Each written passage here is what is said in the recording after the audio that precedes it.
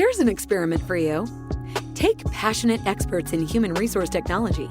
Invite cross-industry experts from inside and outside HR. Mix in what's happening in people analytics today. Give them the technology to connect. Hit record. Pour their discussions into a beaker. Mix thoroughly. And voila, you get the HR Data Labs podcast, where we explore the impact of data and analytics to your business. We may get passionate and even irreverent, but count on each episode challenging and enhancing your understanding of the way people data can be used to solve real-world problems. Now, here's your host, David Turetsky. Hello and welcome to the HR Data Labs podcast. I'm your host, David Turetsky. Like always, my friend and partner and co-host, Dwight Brown from Salary.com. Hey, Dwight, how are you? I'm good, David. How are you doing? I'm great. Today we have with us a very fun guest, Laurie Robinson from Burton. Laurie, give us a little bit of background as to who you are. And by the way, hi. Hi, guys. Thank you for having me today. We're very excited. Yeah, so am I. So as you said, I work at Burton Snowboards. I am a talent strategist in the People and Culture department. So that's what we call HR. So I've been at Burton this time around for just about a year and a half. But I've been a Burton enthusiast since I learned to snowboard, which was way back in 1991. So I've been in the snowboard industry on and off over a long time, if you do the math. You won't.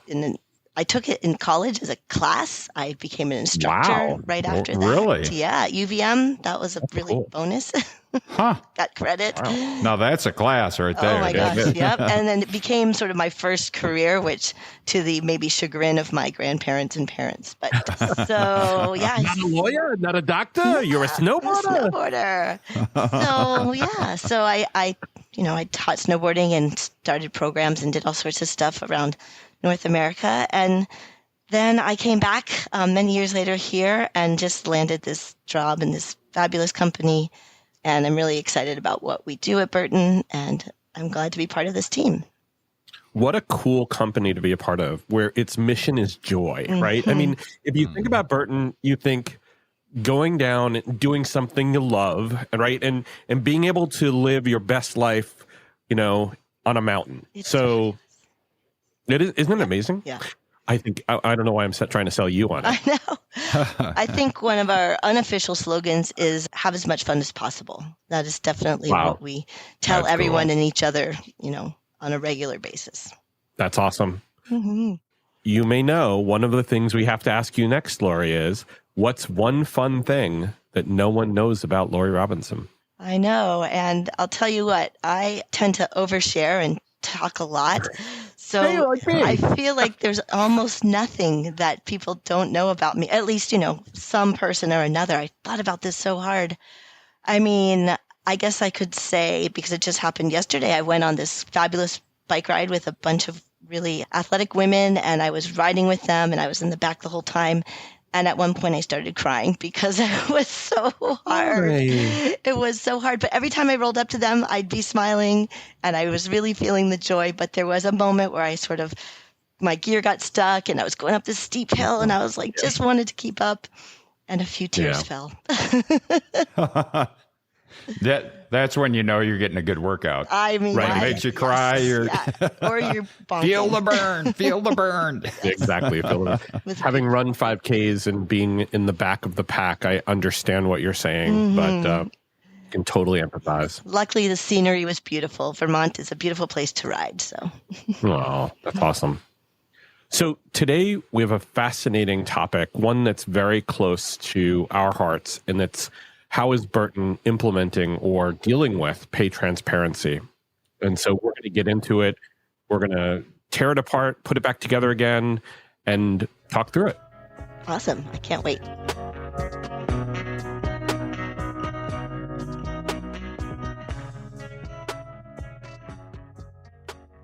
So, Laurie, where is Burton right now on pay transparency?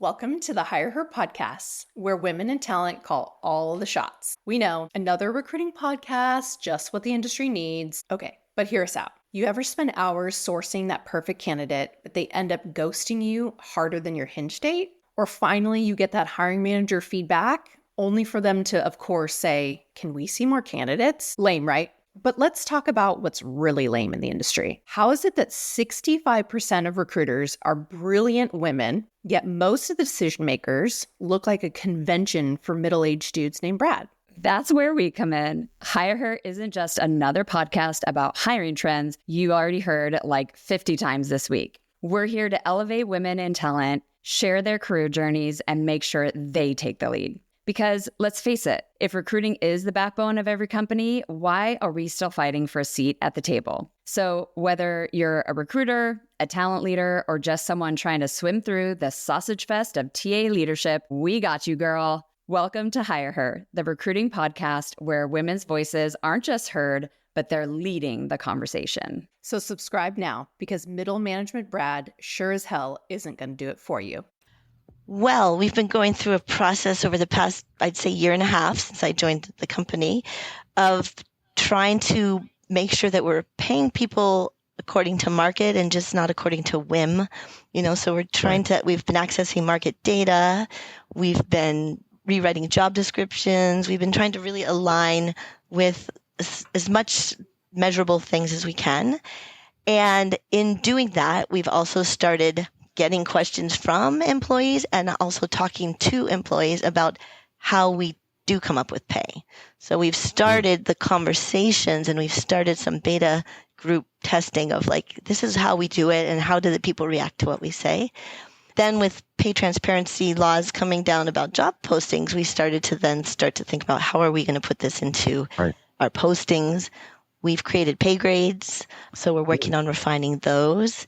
And we've started using the pay grades and the composites that we build in salary.com and the tools that we use in that regard to have conversations with the managers when we have a new job or a new hire. So I'd say we're in the late beginnings of it, maybe in the middle. Well, Laura, let me just ask I guess what might seem obvious to a lot of other people, which is what was the impetus for actually doing it? Was it something cultural at Burton? Was it something, responding to the pay transparency regulations that are happening throughout the U.S.? What was it that kind of tipped it off and started it? I think it was more, cultural and wanting to be able to have reasons for different pay rates. We wanted to bring it, to something measurable versus very subjective, maybe boys club, bro club thing. And that was way back. Burton's 40 years old. So it's gone through almost 40. So it's gone through a lot of evolution and snowboarding has evolved as well. And so I think that we just wanted to hone in, as we have done in all aspects of our business, on ways to be very intentional about how we structure our pay. You mentioned something really interesting there. You talked about how snowboarding has evolved, right? And if we think about the typical snowboarder, and maybe this is me just not knowing as much about snowboarding. I'm a hockey player, and we typically don't go down the hills. That's right. Season. Yeah, I'm too busy. I'm coaching and playing. Yeah. But typically, and correct me here, but you'd think about Shaun White, or you'd think about somebody who's an Olympic. Maybe I'm wrong about Shaun White, but an Olympic, boarder, and typically you'd think male, teenager or young person who's male. How has that evolved to become more inclusive, and how has snowboarding transitioned? I mean, that's a great question, and maybe another thing that not many people today might know about me. But when I started snowboarding in 1991, it was very male dominated, and I really thought that would be a great way to meet guys. Actually, the ulterior motive. That's what I did. I was like, this is going to be a good place. There you go. I also became one of the only female instructors at my ski resort for quite a few years. So it has really evolved, and I think companies like Burton, probably Burton leading the way, we have women athletes, and we've had women athletes since the beginning. And so they've really spoken out as far as the sport. Then we came up with a women's line of clothing and the way things fit. Then I'd say maybe 10 to 15 years ago, Donna Carpenter, who is the wife of the founder, Jake Carpenter, stepped in to help with the business. And her priorities were bringing more females into the management levels and into focusing more on women in that regard. Now we've transitioned, from men and women to transgender and non-binary sort of approaches to things. And we have now a line of clothing that is neutral line. So it's evolved, and also in inviting all people to participate in the sport as far as diversity. And we've got a lot of really great initiatives for that too. So I hope that we've been leading the charge in all of those ways. That's how I feel anyways. And we're continuously trying to evolve the sport forward. And so because the sport is evolving, Burton has evolved alongside that, right? You look more like the audience or the customer base, right? And so you become as well a lot more integrated, correct? We're trying. We're trying to create a diverse customer base. I think we're really leading that charge because all winter sports are still quite white and not so much male dominated, I would say anymore, but certainly that. And so we are really, really making efforts and initiatives to change that proactively and be inviting and make sure that our athletes and our company and our just everything that we do is inclusive and inviting. And so that transitions to the now trying to recruit people who are more diverse and trying to establish communications and connections with them. Now, when it comes to pay transparency, when we do the reach out to them, now we're trying to, and I'm coming full circle back to where we started. Now we get to the, how do we invite them in and make sure that we understand or they understand how we want them to feel as they come in? Absolutely. Absolutely. And we want them, so on that transparency side of things, again, we want everyone to know that this is who we are, this is what we do, and this is where you can be if you come to our company as a new employee as far as pay goes, but this is where you can get to. This is where the whole pay grade can get to. And of course, all of our other communications about who we want. And we ask questions like, what makes you different? What perspective are you going to bring that we've never seen before? And then I write some of that stuff as a recruiter too. And I just think I'm just going to say that. And I want people to bring them their full selves to that answer. And so have you seen a difference in the candidate experience then and how they perceive those changes in the communication? That would be hard to say from my perspective, but what what I notice, I just ran an intern program in the fall, and that program, we had nine interns. They were very diverse, and they were actually from across the country as well. And we hired on as a temporary employee, I think 3 of them. And again, very diverse. We were reaching women. We were reaching LGBTQ community. We were reaching people of color, people with just different life experiences, who had grown up in different levels of access to sport and winter sport. So I can see it sort of happening in those bigger groups of interns. And then on the one-by-ones, we definitely are looking for different perspectives and people that can show themselves to the rest of our customers and to the rest of our employees. Well, that's a good result because nothing is better than actually seeing people get hired who are, kind of put the context to we're trying to become more diverse and then actually getting the results against that. So that's great. Congratulations. Yes. Yeah. Like what you hear so far? Make sure you never miss a show by clicking subscribe. This podcast is made possible by Salary.com. Now, back to the show. So, question for you. Let's go back to pay transparency for a minute. And you were talking about changing job descriptions, and you were talking about creating grade ranges and updating your salaries and your benchmarking and then creating structures. So tell me about that process. What kind of spurred that? Obviously it was transparency, but how did you get started in it? Did you start with job descriptions and then go to market pricing? What was the process there? Well, I know that the process was going on before I arrived, and it kind of wasn't moving very quickly. And so the reason that Burton started on the process is because we had made a commitment to pay. Well, at first we just wanted to make sure we were paying to the minimum of any job description or job composite. So as we did that, we realized that every year that minimum was bouncing around, up and down. Sure. So we called it chasing the tail, and we just wanted to put the jobs into bigger buckets so that there'd be more stability of how we had to address mid, low, mid, or max, because our philosophy is to pay more to the midpoint of pay grades, right? And be competitive and pay for great talent. So that's where I stepped in was, okay, we're kind of at this point where we need to really get into the pay grade part of the assignment. And so that's where I said, well, first let's look at all the job descriptions. So we involved all the managers and everybody just reviewed the job descriptions upon which we were basing our composites, because we wanted to make sure we were doing the right composites with the data from all the surveys and from the jobs and things like that. And so as the managers revisited their job descriptions, the business partner group here then looked at the composites and also at the age of the surveys and things like that. So we got all of that done. And then once we felt confident enough that everything was up to date, then we used the tool in salary.com to create structures, and we just played with models and we figured out how to do that. And the structure, we came up with a 13-level structure because Burton has a superstition with the number 13, a really positive one. We're even located off of exit 13 on the highway here in Vermont. And it's been a number with us forever. Even the B a long time ago looks like a 13. Sure. Oh, I like a 13. Yeah. So we said we're going to do 13, and we call it PG-13.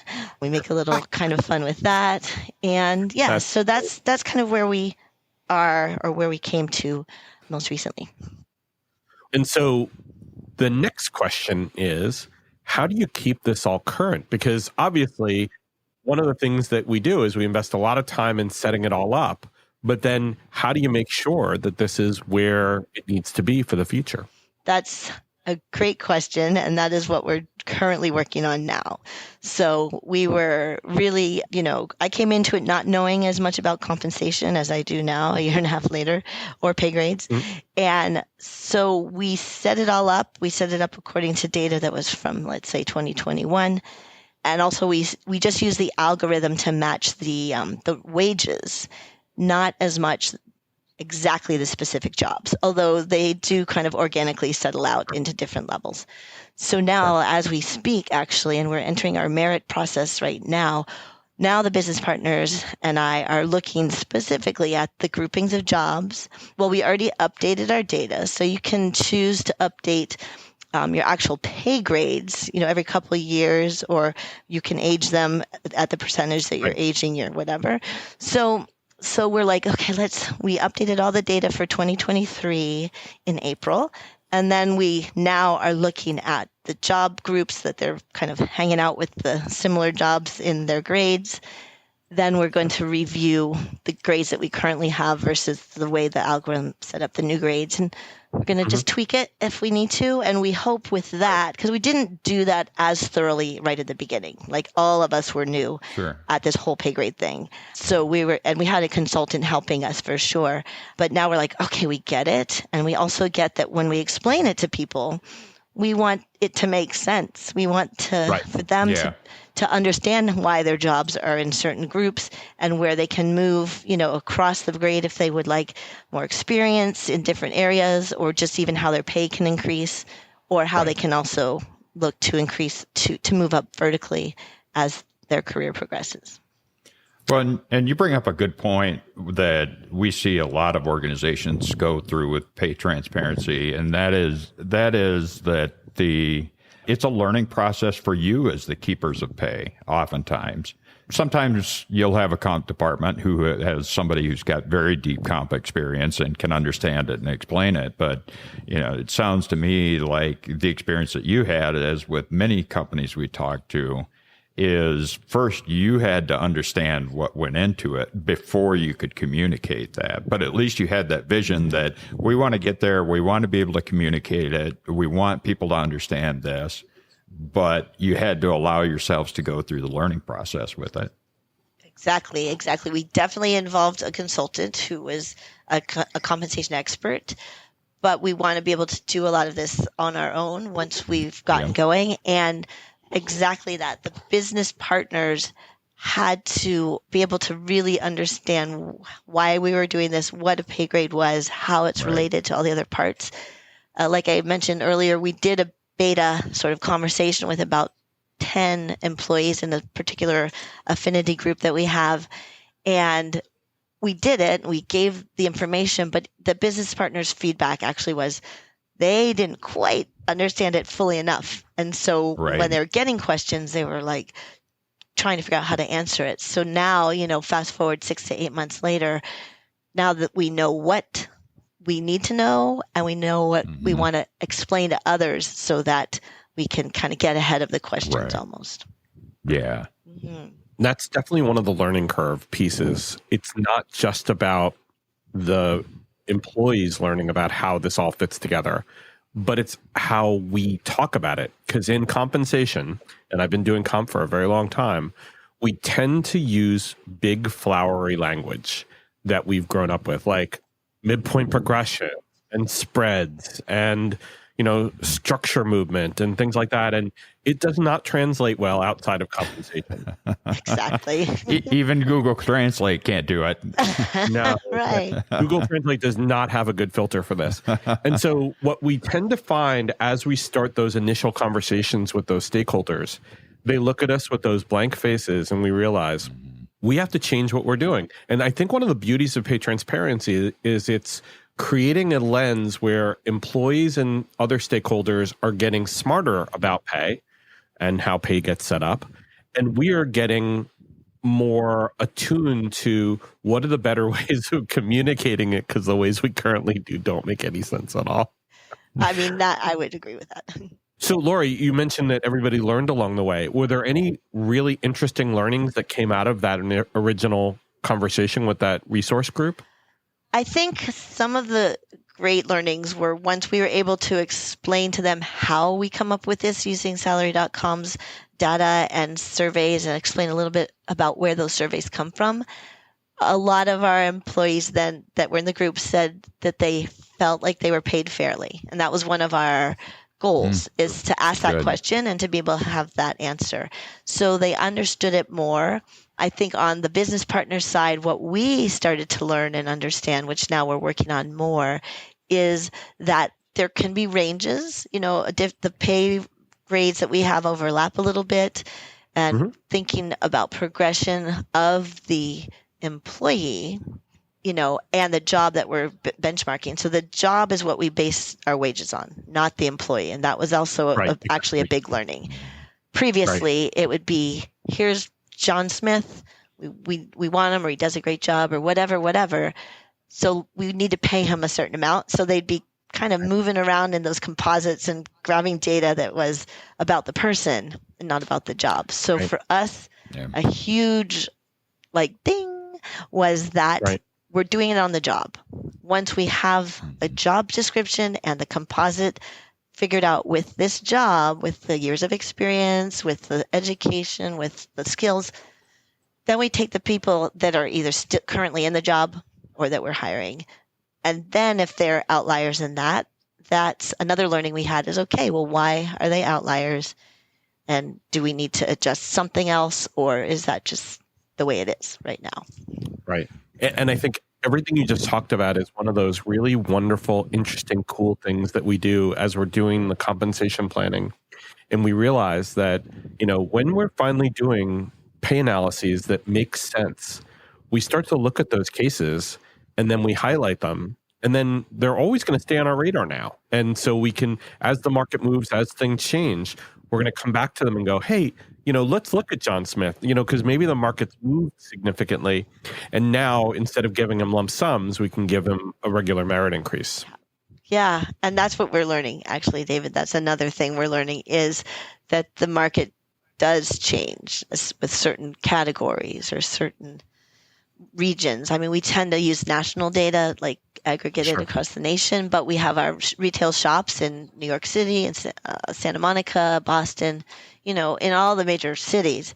So then we have to look a little bit closer at those employees and at their locations because they have to live there and figure out what those are too. So yeah, things change, and that's what we're trying to plan ahead for. It's like, okay, once we set this, what we feel is going to be like a really strong pay grade now that we know all this other stuff that we've just learned, but how do we make sure that we can move that forward over the next 5 years or so? We don't without having to do any other drastic changes.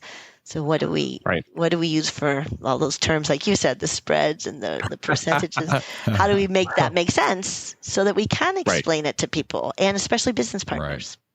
Well, and I think now that you've established a baseline, one of the things that you have to do is be very mindful of, if we do make drastic changes, how are we going to now tell people? What is going to be the way in which we describe this? Because you just told them about how things were a year ago. Now you're going to come back to them and say, yeah, okay, well, the market's all changed.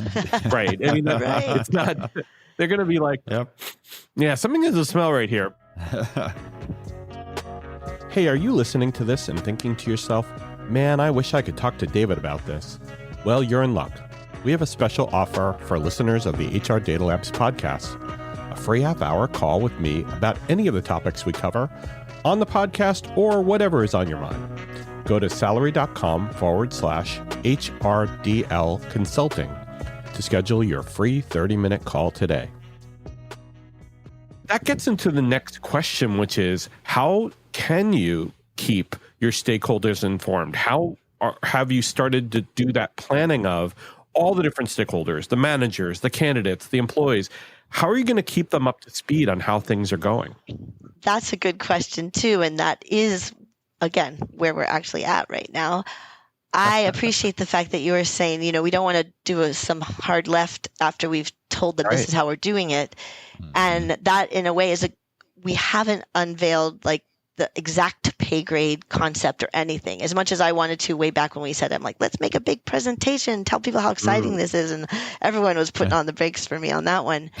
But now I can see that that was good. And what we're going to be able to do is explain why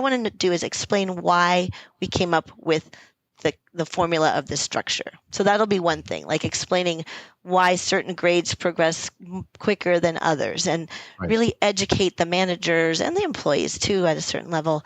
Like, this is how it's set up, so that when something does change or a job becomes a little bit hotter, or we have to kind of shift everything up X percentage, we would just want it to have the same structure. And I don't know, because again, I'm still like an intermediate at this whole thing. So I'm sure I'll learn more, but this is our vision and our hope. And then we're going to start unveiling it through posting it in job postings. Like that's kind of what we're aiming for by August or September when we do our seasonal hiring. Is we're going to be able to post ranges and pay grades for these seasonal roles, these frontline roles, entry-level roles. And then as everybody starts to see that, there's going to start to be, maybe individual questions or manager questions, and we're going to be able to give some educational sessions, like we do these big Zoom calls from all departments, like if you want to learn about marketing or you want to learn about mission. So one of them will be that. If you want to learn about pay grades, join this call and we'll give you the down and dirty, simple. Laurie, I'll bet you right now. In fact, I think FanDuel is already putting odds that this will be the most populous call when you do the how do you interpret pay?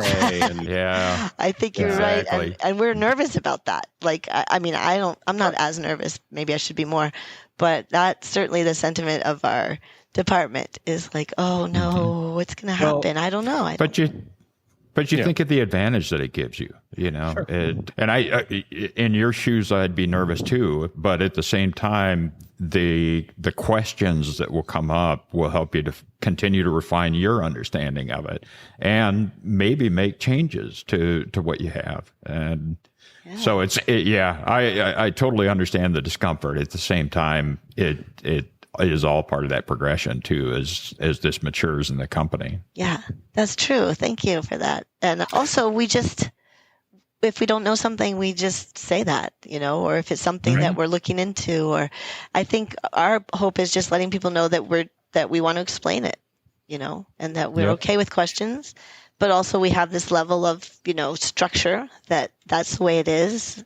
And so I think it'll be fun in a sort of stressful way. So just so you know, though, most companies that have not talked about pay in the past are going through the exact same thing right now. I think a lot of the listeners are going to say, yeah, David, that's kind of stating the obvious, but they're probably as nervous as you are, because opening up pay and opening up the conversations around compensation get rather difficult, especially given the fact that you're going to now find compression issues, maybe some equity issues that might be uncovered. Right. And my advice to you, as well as to many other companies that we've spoken to about pay equity, is that, that first, that first weight on the front foot going down the mountain, right? Yeah. It's exhilarating. It's scary, but it's exhilarating. And then don't be afraid of it, because if you're afraid, you're never going to go down the mountain. Okay. My now the analogies are gone. I love that. The rush that you get from then hearing the mature conversations and mature questions coming back from your employees, and I'm basically, this to you people at Burton, trust your employees that they're going to come back with great mature questions, not about themselves potentially, but about how everything works, because going from a box to one that becomes open, you're going to get questions. You have to, right? And you would almost hope to, in a way. Well, yeah. I mean, the worst thing would be if nobody asks a question and you're like, wait a minute, what did we do wrong? Right. So, a little pro tip on snowboarding, David, since you used that analogy, when you put your weight forward, that's when you're in the most control. So, oh, really? Yes. I was going to say that's when I fall on my face. No, so there we go. It's scary. Like you said, it's scary. You don't dare do it because it doesn't make sense that it actually would make you more in control. But once you have come over that little hump or that thing, just like this conversation with pay transparency, I think the hardest part is that first step, because we don't really know. We don't know what that's going to feel like yet. But as you said, once we take that first step and once we lean into it, lean downhill, if you will, then we'll see that it's going to flow. There you go.